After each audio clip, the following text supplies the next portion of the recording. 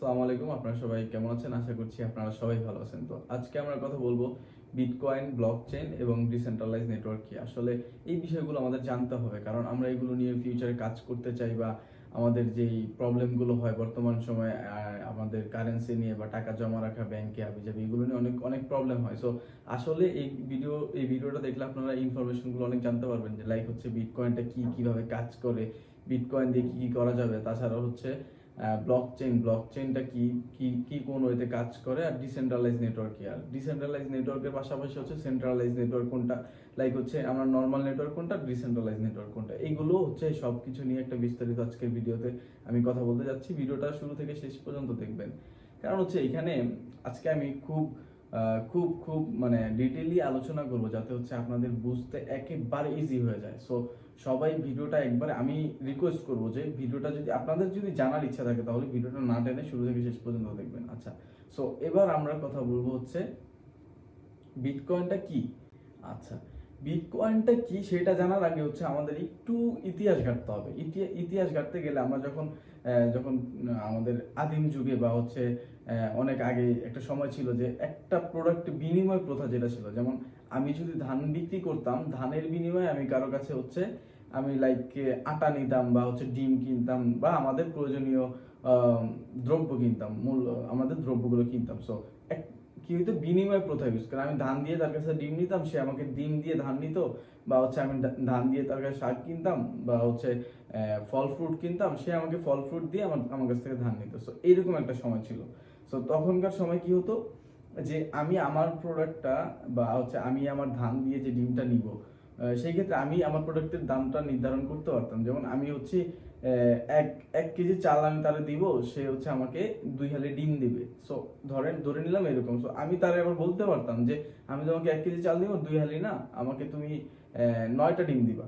So এরকম একটা communication system ছিল, মানে নিজস্ব পাওয়ারটা ছিল যখন বিনিময় প্রথা ছিল। এখানে কোনো মানে কেউ ম্যানেজমেন্ট করতো না, নিজেদের মধ্যে ছিল। তারপর কি হইলো, একটা নিয়ম চালু হইলো যে মানে আপনার বিনিময় প্রথা বাদ দিয়ে সেখানে হচ্ছে স্বর্ণের কয়েন দিয়ে আপনার বিনিময় করা হবে। যেমন এখন আমরা আগে সিস্টেমটা ছিল কি, প্রোডাক্ট দিয়ে হচ্ছে আমরা অন্য একটা প্রোডাক্ট নিতাম, আর এখন কয়েনের প্রথা চালু হয়েছে।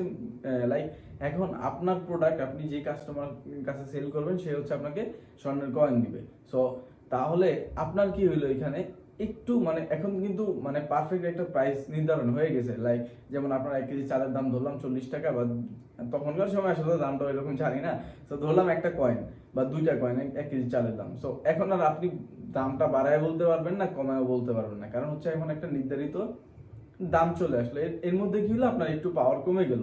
লাইক আপনি হচ্ছে নিজে নিজের দাম নির্ধারণ করতে পারতেছেন না। তারপর এখন যখন এই কয়েনের প্রথা চালু হইলো, এর ভিতরে আপনার এই সিস্টেমগুলো হইলো যে আপনার একটা পাওয়ার কমে গেল। তারপর কয়েন যখন চলতেছে খুব ভালো, এখন কয়েনের উৎপাদনটা আর করতে পারতেছে না, তখন চাহিদা মিটাইতে পারতেছে না, যে আমার আরো কয়েন কিনবো, আমি আরো প্রোডাক্ট দিয়ে কয়েন আমার লাগবে, সেই ক্ষেত্রে হচ্ছে আমি আর কয়েন খুঁজে পাচ্ছি না, কারণ স্বর্ণের কয়েনগুলো আর তৈরি করার মতো স্বর্ণ অ্যাভেলেবেল ছিল না। সো তারপর কি বের করলো, তারপর বের করলো নোট সিস্টেমটা। যেমনটা আমরা গত 10 বছর আগে আমরা যেমন নোট ইউজ করি, বর্তমানে করতেছি। সো এই নোটের প্রথা চালু হওয়ার পর আমরা এখন প্রোডাক্ট কিনতেছি যে নোটের বিনিময়ে তাকে আমি 100 টাকা দিব, সে আমার 1 কেজি চাল দিবে, তার আমি 100 টাকা দিব, সে আমার 9টা ডিম দিবে বা 10টা ডিম দিবে, এরকম একটা অ্যাভারেজে মোটামুটি একটা ফিক্স রেট করা থাকে। সো এখন নোটের প্রথা যখন আসলো, তাহলে কি হয়েছে আমাদের, যেমন স্বর্ণের একটা ভ্যালু ছিল, নোটের কোনো ভ্যালু নাই, যেহেতু এটা কাগজ খুব একটা দাম না। নোটের আপনার কয়েনের মানে স্বর্ণের কয়েনের একটা ভ্যালু ছিল। সো এখন একটা ঝামেলা হয়ে গেল, যে আপনার শুরুতে পাওয়ারটা ছিল, যেমন লাইক আপনি প্রোডাক্টের বিনিময় করার সময় 8টার জায়গায় 9টা ডিম চাইতে পারতেন, তখন কয়েন আসার পর আপনি আর হচ্ছে দাম বাড়াইতে পারতেছেন না। এখন কয়েনের তাও তো ভ্যালুটা ছিল যে একটা স্বর্ণের কয়েন মোটামুটি একটা দাম আছে। সো এখন নোট আসার পর নোটটা যদি এখন লাইক যে নোটটা তৈরি করছে বা যে নোটের প্রথা যেভাবে চালু হয়েছে, সেখান থেকে যদি অফ হয়ে যায়, লাইক ব্যাংক থেকে যদি আমাদের নোটের প্রথাটা অফ হয়ে যায়, তাহলে কি হবে, আমরা আর কোনো কিছুই করতে পারবো না। সো আমাদের পাওয়ারটা দিন দিন কমে যাচ্ছে। আর ওইদিকে ব্যাংক যে সিস্টেমগুলো চালু করতেছে, এর মাধ্যমে ব্যাংকও মোটামুটি একটা প্রফিট ধারণ করতেছে, তারা অনেক ভালো তাদের লাভ হচ্ছে, কিন্তু দিন দিন আমাদের পাওয়ারটা কমে যাচ্ছে, আমরা ওই পাওয়ারটা পাচ্ছি না। তারপর এই নোটের পর প্রথা চালু হইলো কি ডিজিটাল কারেন্সি। ডিজিটাল কারেন্সি কোনটা? যেমন আমরা এখন বিকাশ, নগদ, রকেটে যেগুলো ইউজ করি, যে ডিজিটাল কারেন্সি বা মাস্টার কার্ড, ভিসা কার্ডে যেগুলো ইউজ করি, এগুলো হচ্ছে ডিজিটাল কারেন্সি। এখন ডিজিটাল কারেন্সির মধ্যে একটা প্রবলেম হয়, যেমন ধরেন আমি 1,000 টাকা আমি আমার ফ্রেন্ডরে হচ্ছে ধরলাম বিকাশেই আমি সেন্ড মানি করবো, তারে টাকাটা দিব, সেই ক্ষেত্রে হচ্ছে আমার 5 টাকা এক্সট্রা দেয়া লাগে, বা হচ্ছে আমার একটা এক্সট্রা চার্জ নেয়, তারা হচ্ছে চার্জটা নিয়ে তারা হচ্ছে ওরা আমি যে সিস্টেমটা পাঠাইলাম ওরা ব্যাংকরা এটা ডিস্ট্রিবিউশন করে নিয়ে নেয় বা ভাগাভাগি করে নিয়ে নেয়, যে এই একটা পার্সেন্টেজ। সো তাহলে কি হইলো, এখন আমি টাকা পাঠাচ্ছি, আমার টাকা তারা নিচ্ছে, ঠিক আছে, আমি হচ্ছে টাকা ঠিকভাবে পাঠাইতে পারতেছি, তারা নিচ্ছে। এখন আমার যে শুরুতে যে বিনিময় প্রথার সময় যে পাওয়ারটা ছিল, ওই পাওয়ারটা কিন্তু আর এখন নেই।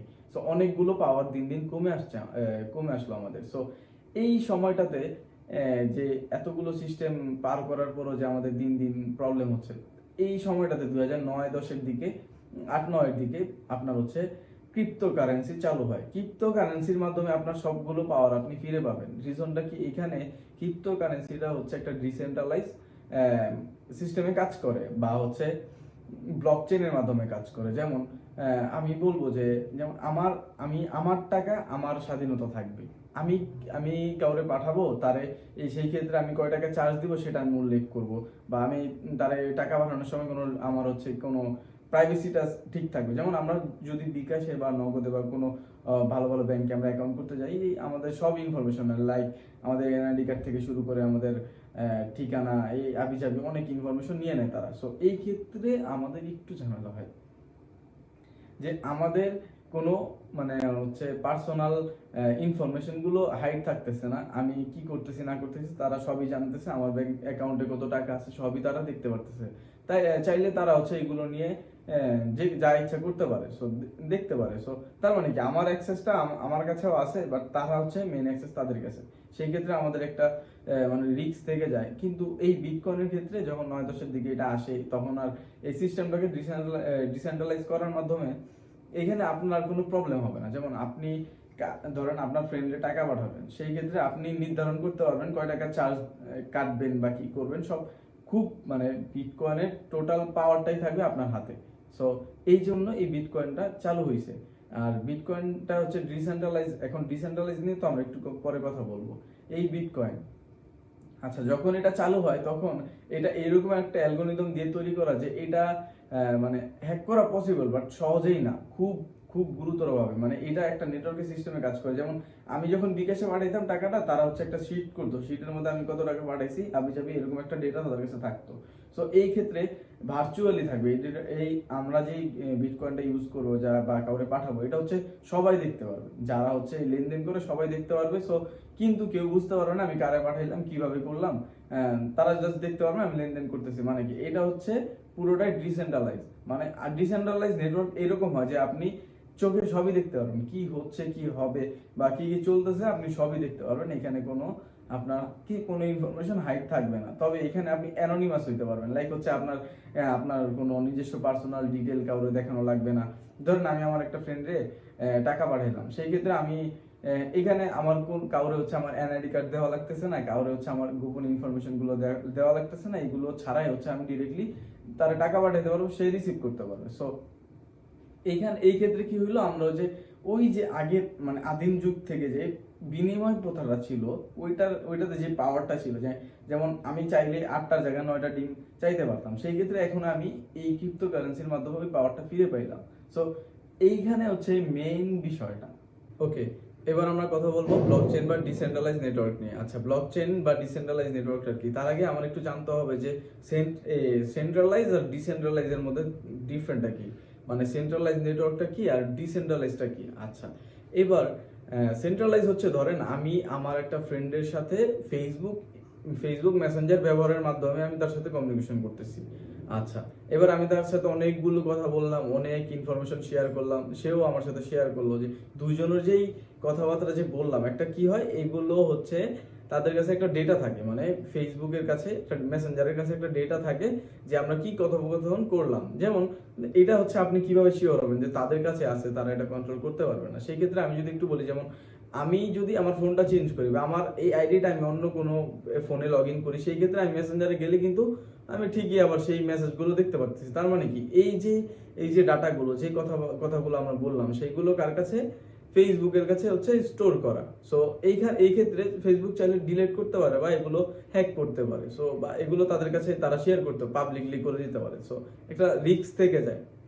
তার মানে কি, এটা কেউ একটা মানে কন্ট্রোল করতে পারবে, কেউ কন্ট্রোল করার মতো ক্ষমতা তাদের মানে ফেসবুকের আছে। সেই ক্ষেত্রে এটা হচ্ছে সেন্ট্রালাইজ নেটওয়ার্ক। আচ্ছা, এবার ডিসেন্ট্রালাইজটা কি? যেমন এটা হচ্ছে ডিসেন্ট্রালাইজটা বোঝার জন্য আমি একটু বিস্তারিত বলি। যেমন ধরেন একটা ব্লকচেন দিয়ে তৈরি করা একটা ওয়েবসাইট বা হচ্ছে সফটওয়্যার, যেখানে আমরা কমিউনিকেশন করব, কিন্তু এখানে আমি যে কমিউনিকেশন করব, এখানে যত ইউজার আছে সবাই দেখতে পারবে এবং সবার ফোনে এটা স্টোর হবে।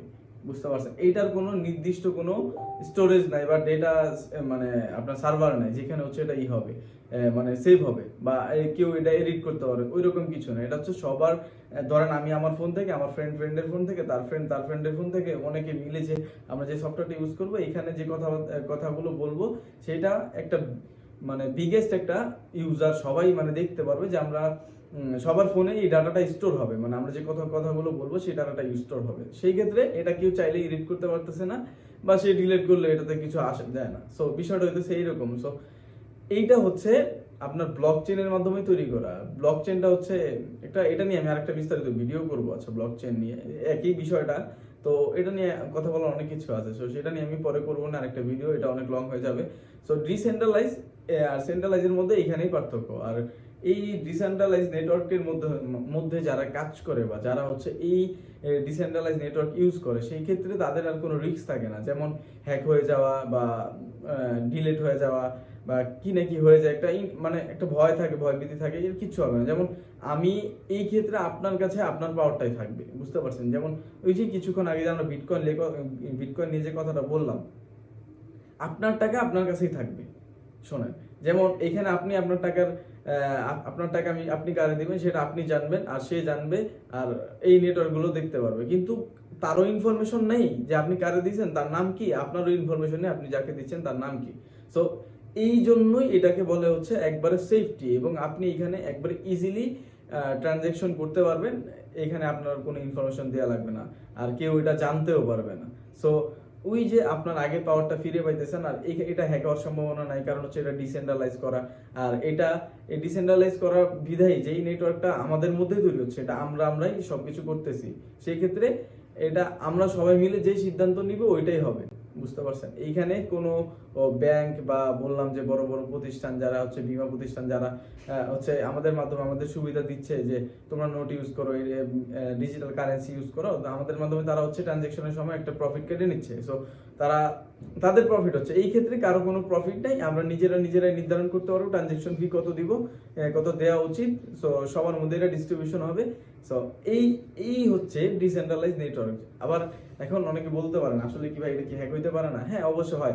কিছুদিন আগে 2016-র দিকে মেবি জাপানিজ একটা কোম্পানির কাছ থেকে প্রায় 5 বিলিয়নের মতো ক্রিপ্টোকারেন্সি হ্যাক হয়ে গেছে বা চুরি হয়ে গেছে। তারপর জাপান ছাড়া আরেকটা কোন কান্ট্রিতে যেন আমি একটা নিউজ পড়ছিলাম তখনকার সময়, যে কত বিলিয়ন ইউএস ডলার পরিমাণ ক্রিপ্টোকারেন্সি যেন মানে নিয়ে চলে গেছে। সো হয় মানে, কিন্তু সেই ক্ষেত্রে এখানে একেবারে মানে সম্ভাবনাটা একবারে নাই বললেই চলে। হবে না এরকম কোনো মানে বাগ প্রবলেম সব জায়গায় আছে, প্রবলেম থাকবেই। এখন আমরা যে আমাদের দেশি যে কোম্পানিগুলো, যে ব্যাংকের সেবাগুলো আমরা যে নিচ্ছি, এখন চাইলে তো তারা দেউলিয়া হয়ে যেতে পারে, আমাদের টাকা নিয়ে পালা যেতে পারে। কিন্তু এখানেও কিন্তু প্রবলেম অনেক বেশি প্রবলেম, তার সাথে আমাদের ক্রিপ্টোকারেন্সিতে কিন্তু প্রবলেম কম। তবে এখানে প্রফিট কাটতেছে, এখানে আমাদের স্বাধীনতা নাই, আমাদের ওইখানে স্বাধীনতাটা আছে, আর ওইখানে হ্যাক হওয়ার সম্ভাবনা খুব কম, মানে যেহেতু এটা ডিসেন্ট্রালাইজ। এই হচ্ছে কথা। সো আশা করতেছি যে আপনার বিটকয়েন কিভাবে কাজ করে, কিভাবে আসলো, হিস্টোরিটাও জানতে পারছেন, এবং হচ্ছে ডিসেন্ট্রালাইজ নেটওয়ার্ক কিভাবে কাজ করে এটাও বুঝতে পারছেন। সো যারা এই বিষয়গুলো নিয়ে যাদের আরো যদি কোনো কোশ্চেন থাকে, অবশ্যই আমাকে হচ্ছে কমেন্ট বক্সে কমেন্ট করে জানাই দিবেন। আমি হচ্ছে নেক্সট ডে আরেকটা ভিডিও নিয়ে চলে আসবো, যেখানে হচ্ছে বিস্তারিত সবকিছু আলোচনা করা থাকবে। আর হচ্ছে এই আলোচনাগুলো, এই যে কথাবার্তাগুলো যে আমরা বলবো, সেইখানে আপনি অন্তত আপনার ব্লকচেনের ধারণাটা একটু হইলেও পাইছেন, বাকি হচ্ছে আমি নতুন একটা ভিডিও তৈরি করে দিয়ে দিব। আচ্ছা, এখন যাদের প্রবলেম আছে তারা অবশ্যই আমাকে একটু কোশ্চেন করবেন আর কমেন্ট করে জানিয়ে দিবেন। আমার চ্যানেলটাকে অবশ্যই সাবস্ক্রাইব করবেন। আর আজকে ভিডিওটা হচ্ছে খুব একটা বাড়াবো না, কারণ হচ্ছে এমনিতে অনেক লং হয়ে গেছে, আর লং ভিডিও আপনারা আমি দেখলাম যে লং ভিডিও খুব কম দেখেন, এই জন্য আমি একটু শর্টলি সবকিছু তৈরি করার ট্রাই করি। তবে এই ক্ষেত্রে শর্ট করার ট্রাই করছিলাম, কিন্তু বিষয়টা এতটাই গভীর যে আমি যদি শর্টলি বলার ট্রাই করি আপনারা বুঝবেন না, এই জন্য একটু ডিসকাস করে আলোচনা করলাম যাতে আপনারা বুঝতে পারেন। সো আজকের ভিডিও এই পর্যন্তই, আর কথা বাড়াবো না। সো টাটা, বাই বাই, আসসালামু আলাইকুম।